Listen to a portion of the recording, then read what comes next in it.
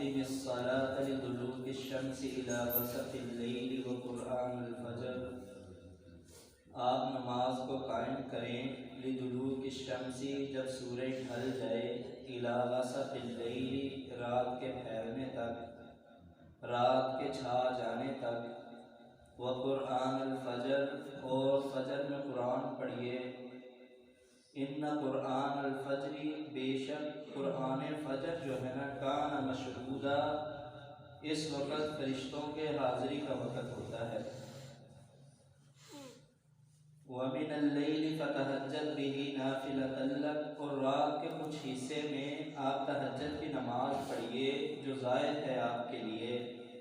आसा अन यबअसका, करीब है कि आकर अब आपको पहुँचा दे, अता फरमा दे, मकाम महमूदा, मकाम महमूद।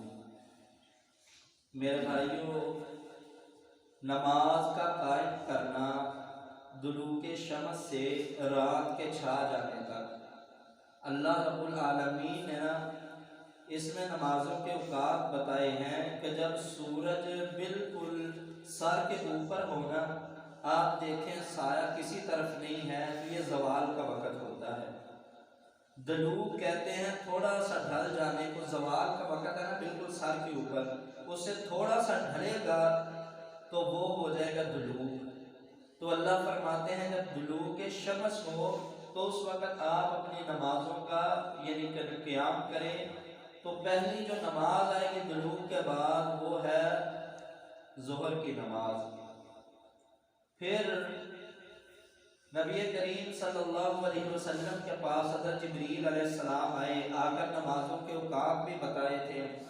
सैयदना अब्दुल्लाह बिन अब्बास से रवायत है, फरमाते हैं कि हज़रत जिब्रील आए, नबी अलैहिस्सलाम को खड़ा किया। जब एक तस्मा, जूते का तस्मा होता है ना, जब इतना साया हो गया ना आदमी का, जब इतना साया हो जाता है तो नबी अलैहिस्सलाम को ज़ोहर की नमाज पढ़ाई।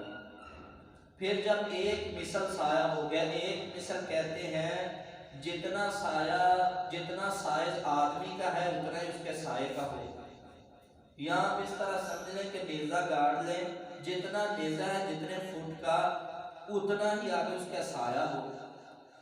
ये इमारत बनी हुई है, जितनी बड़ी इमारत है उतना इसका साया हो जाए, यानी कि हर चीज का साया जब उस जितना हो जाएगा उसे कहते हैं एक मिसल, हदीस के अंदर।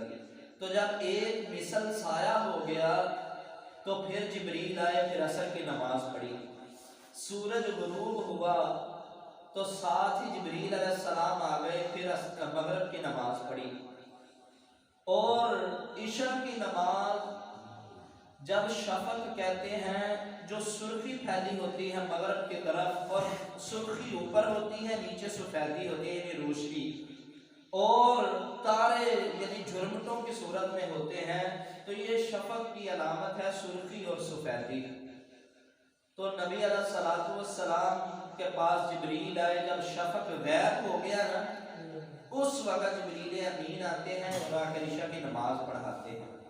ये पहले दिन की नमाज की। दूसरे दिन की नमाज जिब्रील अलैहिस्सलाम नबी अलैहिस्सलाम के पास आए, उस वक़्त जब एक मिसल साया हो गया ना, तो फिर ज़ोहर की नमाज पढ़ाई आकर। पहले दिन क्या था कि असर की नमाज पढ़ाई थी एक मिसल पर। तो दूसरे दिन जब एक मिसल साया हो गया हर चीज का, तो जिब्रील अलैहिस्सलाम ने आकर असर की नमाज पढ़ाई। फिर असर की नमाज उस वक़्त पढ़ाई जब हर चीज का साया दो मिसल हो गया, यानी कि आप खड़े हैं, आपसे डबल जब आपका साया हो जाएगा, तो फिर जिब्रील अलैहिस्सलाम ने असर की नमाज पढ़ाई है। मगरिब की नमाज का वही टाइम कि सूरज गुरूब होता ही गया, तो जिब्रील अलैहिस्सलाम आ गए। इशा की नमाज को इतना मुअख्खर कर दिया गया कि रात का तिहाई हिस्सा गुजर गया था। इस तरह समझ लें कि अगर 3 हिस्से रात के किए जाए ना, तो एक हिस्सा रात का गुजर गया, तो फिर जिब्रील अमीन आए, तो फिर आकर नमाज इशा पढ़ाई। तो फजर के वक़्त फिर आए। पहले दिन फजर की नमाज के लिए आए थे, जिस वक़्त रोजे को हम बंद करते हैं ना, अब सहरी खाता है और सुबह सादक निकल ही रही हो, एक होती है सुबह काजिब, सुबह काजिब होती है तहज्जुद का वक़्त, एक होती है सुबह सादिक, सुबह सादिक का वक़्त होता है तो ये अज़ानें होती हैं, इसी टाइम आके जिब्रील अमीन और आकर नमाज पढ़ा दी। दूसरे दिन हजरत जिब्रील ने इंतज़ार करवाया, फजर की नमाज के लिए इंतज़ार करवाया, यहाँ तक कि रोशनी फैल गई। जब रोशनी फैल गई ना, फिर जिब्रील अमीन ने नमाज पढ़ाई और फरमाया, ऐ मोहम्मद सल्लल्लाहु अलैहि वसल्लम, ये आपका और आपकी उम्मत का औकात है इन दोनों वक्तों के दरमियान में।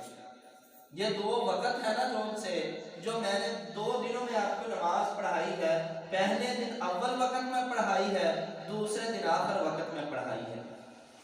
तो मेरे भाइयों, नमाज जो है अफजल तरीन जो वक़्त है ना नमाज का, वो अव्वल वक़्त है, क्योंकि नबी अलैहिस्सलाम की ज़िंदगी का जो है अक्सरियत नबी अलैहिस्सलाम की नमाजें वो अव्वल वक़्त में ही अदा की गई हैं। नबी करीम सल्लल्लाहु अलैहि वसल्लम से ये अल्लाह रब्बुल आलमीन ने हुक्म दिया है कि अक़ीमिस सलात लिदुलूकी शम्स इला ग़सक़िल लैल व क़ुरआनिल फ़जर। फजर को कुरान इसलिए कहा गया है कि इसमें कुरान बहुत ज़्यादा पढ़ा जाता है। बाद जो मुफस्सिरीन है उन्होंने माना ही यह किया है कि फजर के अंदर कुरान ज़्यादा पढ़िए। वजह क्या है कि इन्ना कुरान अल फजरी काना मशहूदा, कि इस वक्त फरिश्ते हाजिर होते हैं। तो नबी अलैहिस्सलातु वस्सलाम फजर के अंदर 60 आयात से लेकर 100 आयात तक तिलावत करते थे। यानी कि सही बुखारी के अंदर यह गालिबन रवायत है और सुनन इब्न माजा के अंदर भी, जामे तिरमिज़ी के अंदर भी, कि नबी अलैहिस्सलाम 60 से लेकर 100 आयात तक तिलावत फरमाते। और अल्हम्दुलिल्लाह अक्सरियत हमारा अमल भी यही है। आज भी हमने तकरीबन 75 आयात पढ़ी हैं, यानी 60 से लेकर 100 के दरमियान में आयात पढ़ी जाती थी नबी अलैहिस्सलातु वस्सलाम के मुबारक दौर में भी। और क्यों इतना कुरान पढ़ना है, वजह ये बता दी, फरिश्तों की हाजिरी का वक़्त है। फरिश्ते 2 औकात में हाजिर होते हैं और ये दोनों ही बड़े अफजल वक़्त है। पहला वक़्त है फजर का, दूसरा वक़्त है असर का। जो फरिश्ते अब फजर के वक़्त आगे है ना, वो अब असर तक रहेंगे, हमारे साथ रहेंगे। और असर के वक़्त ये अल्लाह के हुजूर जाएंगे, अल्लाह के हुजूर से फिर नए फरिश्ते आएंगे, वो असर से लेकर फजर तक हमारे पास रहेंगे। और जब ये जाते हैं ना अल्लाह रब्बुल आलमीन के पास, तो मेरा रब पूछता है मेरे बंदे को किस हाल में छोड़कर आए हैं। तो ये कहते हैं अल्लाह, हम तेरे बंदे को इस हालत में छोड़कर आए हैं कि वो नमाज अदा कर रहा था। दूसरा गिरोह जाता है, उनसे भी पूछा जाता है तो वो यही कहते हैं कि या बारी ताला, हम तेरे बंदों को नमाज की हालत में छोड़कर आए। मेरे भाइयों, मेरा रब कितना खुश होता होगा। और जिस बंदे ने मेरे रब को ही भुला दिया, घर में सोया रहा, नमाज के लिए ना आया, सारे दिन के लिए, अब फजर का वक़्त है ना, वो घरों में सोए हुए हैं, ना अगर नमाज पे आए, तो नबी अलैहिस्सलाम ने फरमाया उधर से सूरज निकलता है, इधर से शैतान उसके कान में पेशाब कर देता है, और सारे दिन के लिए वो बंदा मनहूस लिख दिया जाता है। लेकिन जो बंदा आता है, अल्लाह के सामने सर झुकाता है, उसे 3 बड़े फायदे मिलते हैं। नंबर 1, अल्लाह की सारे दिन के लिए हिफाजत में आ जाता है। नंबर 2, वो बंदा जो फजर की नमाज जमात के साथ अदा करता है, अल्लाह रब्बुल आलमीन आधी रात के क़याम का सवाब लिख देता है।